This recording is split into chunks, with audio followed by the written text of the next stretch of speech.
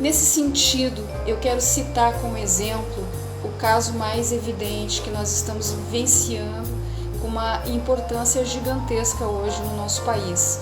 Lembrando sempre porque eu vou trazer novamente a ideia do colapso da verdade. A ideia do colapso da verdade não é uma exclusividade do Brasil, por favor, gente. Eu entendo, defendo, interpreto que o colapso da verdade ele tem sua origem na centralização do poder político e econômico.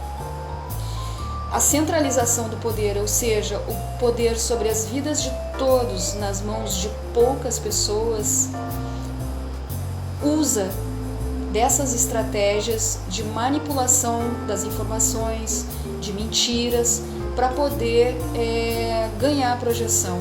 E o exemplo mais barulhento, mais feio e mais evidente que nós temos hoje é esse senhor que em 2 meses vai sair do cargo da presidência da República. Eu interpreto, vejo ele como um personagem cuidadosamente desenhado pelas estratégias sórdidas da comunicação de massa no Brasil dos anos 70, 80, 90, né? Porque a partir dos anos 2000 houve uma queda dessas redes de comunicação de massa. Essas estratégias sórdidas, elas consistiam em impactar o público, dominar a atenção das pessoas a qualquer custo. E para isso elas se valiam de manchetes escandalosas que mudavam a interpretação dos fatos e também do silenciamento das informações, ou seja, a manipulação da comunicação por interesses econômicos e políticos. Esse senhor, eu entendo ele como um resultado desse período, né? Desde o início da sua carreira política, justamente nós conseguimos identificar vários momentos em que ele usa dessas mesmas estratégias para ganhar espaço político. Então, para ele não era um problema se declarar homofóbico, racista, machista, ou até declarar em 2016 para New York Times que ele é capaz de comer carne de outro ser humano, né? E mentia a respeito de um grupo indígena no Brasil, dizendo que os Yanomami comem carne de parente cozida.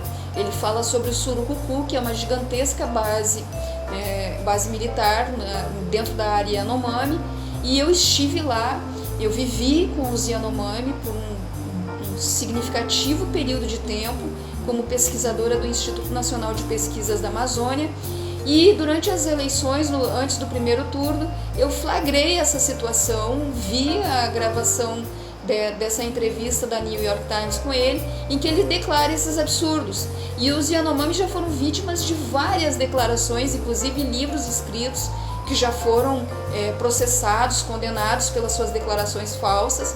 E mais uma vez ele é atacado, e eu entendo, eles são atacados, né, com uma mentira, e eu entendo que essa mentira é mais uma vez esse senhor usando dessas estratégias de impactar as pessoas, de chamar a atenção das pessoas para ganhar projeção política. Muita gente deve ter visto essa declaração dele, lido essa declaração dele, né? Essa declaração mentirosa em relação aos Yanomami, e eu não sei sobre a capacidade dele abominável de comer carne humana cozida, né? Eu participei de um ritual fúnebre Yanomami, então eu estive com os Yanomami não só no Surucucu, onde ele esteve, que tem uma grande, uma estrutura gigante, militar, como eu estive além do Surucucu, que é o Xitei-Xideia, que é uma região onde você só chega lá com o monomotor, e eu vivi com os Yanomami no Xitei-Xideia. E assim, eu estive presente num ritual fúnebre Yanomami. Eu não disse que iria lá para ver, eu estive dentro de um ritual fúnebre Yanomami, e não existe a ingestão de carne humana cozida, nem dos parentes e nem de outras pessoas. Isso não existe entre os Yanomami. Eu em outro momento quero falar sobre os Yanomami, porque eu tive uma experiência muito importante, muito significativa nesse sentido com os Yanomami, mas não é esse o momento para falar sobre isso. Mas eu, como pesquisadora que estive lá dentro, por todo o respeito que eu tenho, além das outras declarações que ele fez para New York Times, sugerindo que as indígenas estavam lá acessíveis para relações sexuais. Se ele foi como um militar, ele deveria se dar o respeito, respeitar o exército brasileiro. Inclusive, eu sou filha de militar, meu pai foi do exército, meu pai é falecido, foi do exército brasileiro, eu sou filha de militar e assim, me sinto afetada nesse sentido também em relação à memória do meu pai. Eu estive também na área Yanomami, as pessoas com as quais eu trabalhei eram pessoas totalmente respeitosas. Eu desconheço qualquer tipo de ação nesse sentido em relação às pessoas que trabalharam comigo na equipe do Laboratório de Etnoepidemiologia do INPA, no sentido de ter uma alusão sexual às índias. Isso não existia.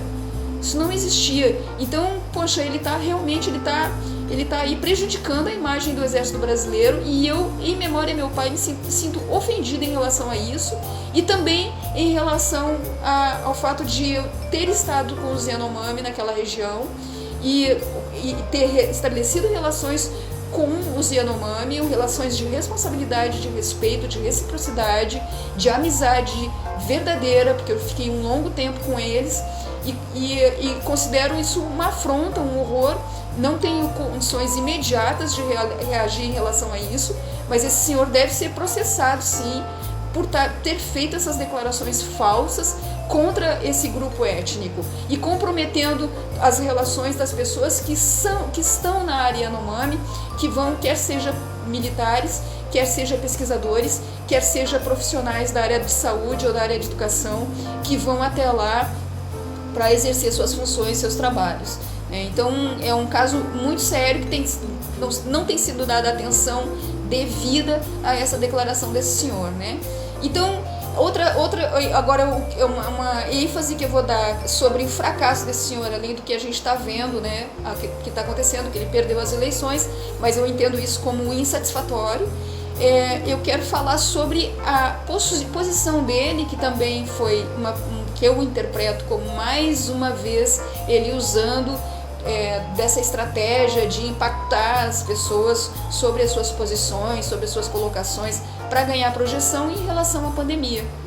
Então, quer dizer, eu vejo que os argumentos de descrença a tudo que era posto sobre a pandemia por parte das autoridades sanitárias mundiais, eu entendo que ele ser contra as vacinas, ser contra as máscaras, ser contra a quarentena, eu entendo que esse argumento era justamente para buscar uma projeção internacional que, felizmente, é totalmente fracassada. Nesse campo é que eu coloco em evidência o fracasso da mentira para a carreira de qualquer pessoa ou para o sucesso de qualquer empresa. O destino das empresas e das pessoas que tentam se projetar a partir da mentira é o fracasso, e o fracasso mais rápido do que elas imaginam. Inclusive, no início do mandato desse senhor, um dos filhos dele usou também para ganhar projeção. Eu vejo a mesma estratégia. Quando ele falou que ele criou uma situação diplomática totalmente desconfortável com um dos países de maior importância no cenário internacional, que é a China. Um país ao qual a gente deve todo o respeito, todo e absoluto respeito.